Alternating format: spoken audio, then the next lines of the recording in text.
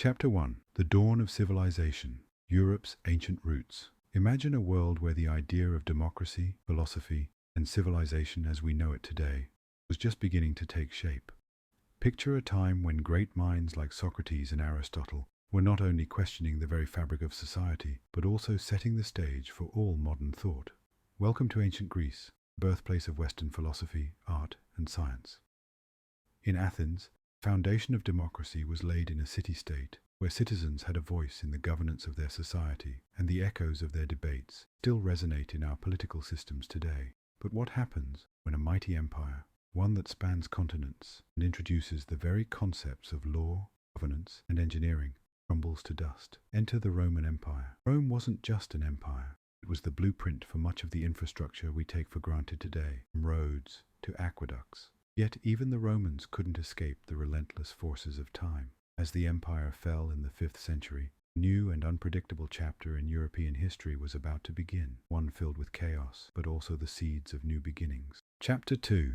The Middle Ages, darkness, light, and the power of faith. Now, picture Europe as a land of fractured kingdoms, each struggling to rise from the ashes of the Roman Empire. The so-called Dark Ages were far from dark. They were full of conflict, innovation, and the relentless power of faith. Enter the Catholic Church, a towering institution that not only shaped religious life, but became Europe's intellectual and cultural glue. But while the Church promised hope, Europe was fractured. Barbarian invasions, Viking raids, and the constant tug-of-war between kings and lords created a continent in turmoil. Yet in the midst of all this, a man named Charlemagne sought to unite Europe under the banner of his Holy Roman Empire. Could Europe have found unity in the Middle Ages? What did it mean for Europe's future when the greatest scholars of the time were not kings or conquerors, but monks in monasteries, preserving knowledge for future generations? And then, the Viking raids. Were they only about pillaging, or did they forge lasting legacies that would shape entire nations? The Middle Ages were complex, chaotic, and surprisingly transformative. Chapter 3. The Renaissance. Rebirth of the human spirit. Fast forward to the 14th century. Europe is on the brink of something incredible. It's as though the very fabric of human creativity and knowledge is about to burst open, and it does, through the Renaissance.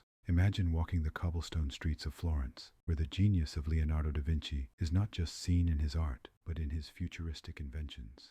Picture Michelangelo, who doesn't just sculpt marble, he breathes life into it, creating works that still captivate millions today. But the Renaissance wasn't just about art. It was a full-scale intellectual revolution, the rediscovery of classical texts, the bold ideas of scientists like Copernicus challenging the very structure of the universe. These were the sparks that ignited the modern world. The printing press? That was the game changer. Suddenly, books and knowledge weren't just for the elite, they were for everyone. How did this new wave of information change the way people thought? The Renaissance wasn't a mere period in history, it was the resurrection of human potential itself. Chapter 4. The Age of Exploration. Conquerors, dreamers, and the New World. Now let's set sail for the unknown. Imagine the winds of change pushing explorers, like Christopher Columbus and Vasco da Gama, into uncharted waters, driven by dreams of untold riches, new worlds, and the desire to spread Christianity. Columbus didn't just discover land, he changed the course of history by connecting two worlds that had been separated for millennia. But what did this exploration really mean? For some, it was about discovery. For others, it was about conquest. Colonies were established, riches flowed back to Europe. But this period also marked the beginning of some of the darkest chapters in human history. The transatlantic slave trade, the exploitation of indigenous peoples, and the birth of the global empires. As these explorers brought the world closer together, they also set in motion an era of conflict, exploitation, and immense cultural exchange. What do we learn from this time? That exploration is always a double-edged sword. Chapter 5. The Enlightenment and Revolution. Shaking the Foundations. Fast forward to the 17th and 18th centuries, a time when the very idea of authority is under attack. In the salons of Paris, philosophers like Voltaire and Rousseau are challenging the monarchies that have ruled Europe for centuries. What if power didn't rest in the hands of kings, but with the people? The Enlightenment's ideas weren't just about intellectual debate, they were about revolution. And then it happened. The French Revolution. Picture it. The Bastille, the rise of the people, the overthrow of the monarchy. King Louis XVI and Marie Antoinette had ruled France as if they were untouchable. But suddenly, the unthinkable happened. The streets ran with blood.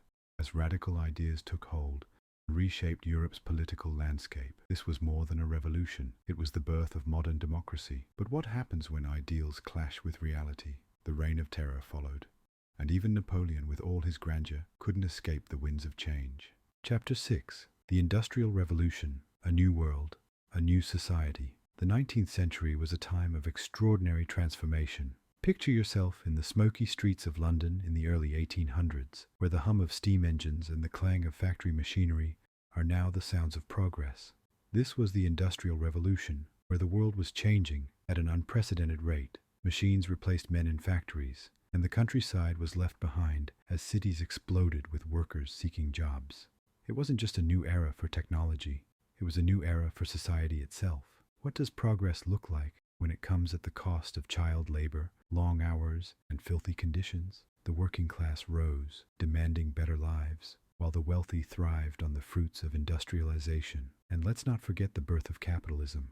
How did this shift to a factory-based economy change how nations interacted? And what role did it play in the political conflicts that would soon unfold? Chapter 7. The World Wars, Europe in Flames. And then came the wars that would change everything. The early 20th century saw Europe plunged into the horrors of World War I, followed only 2 decades later by World War II. The First War left Europe fractured, its great empires crumbling, and its landscape forever altered. But the peace that followed didn't last. The Treaty of Versailles imposed harsh penalties on Germany, sowing the seeds for even greater conflict.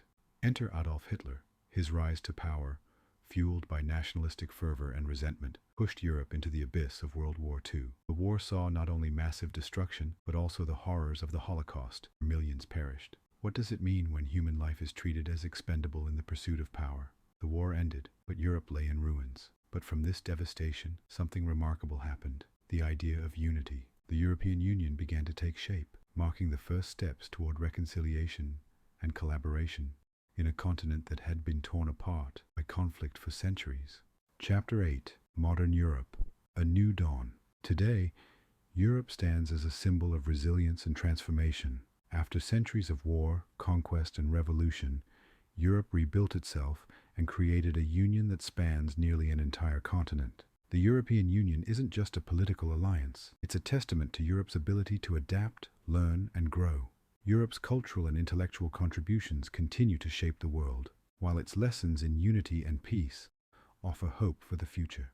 The road hasn't always been smooth. Economic crises, political tensions, and rising populism challenge the Union. But through it all, Europe's commitment to democracy, human rights, and collaboration continues to shine as a beacon for the world. The history of Europe is a story of resilience, reinvention, and hope, proof that no matter how difficult the journey, there is always a way forward.